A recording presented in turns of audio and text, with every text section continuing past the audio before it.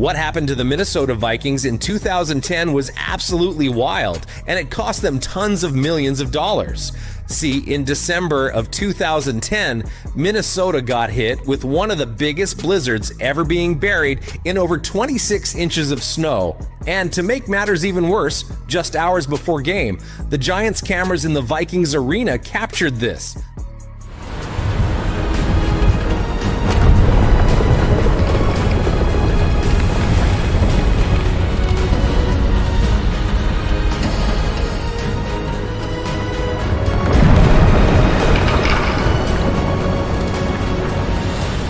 The Metrodome turned into a damn snow globe, and this ended up being one of the craziest disasters in all of sports because not only did the Vikings have to finish their season playing at different stadiums, but the team is also forced to spend over $18 million just to replace the roof. Damn, a storm was no joke.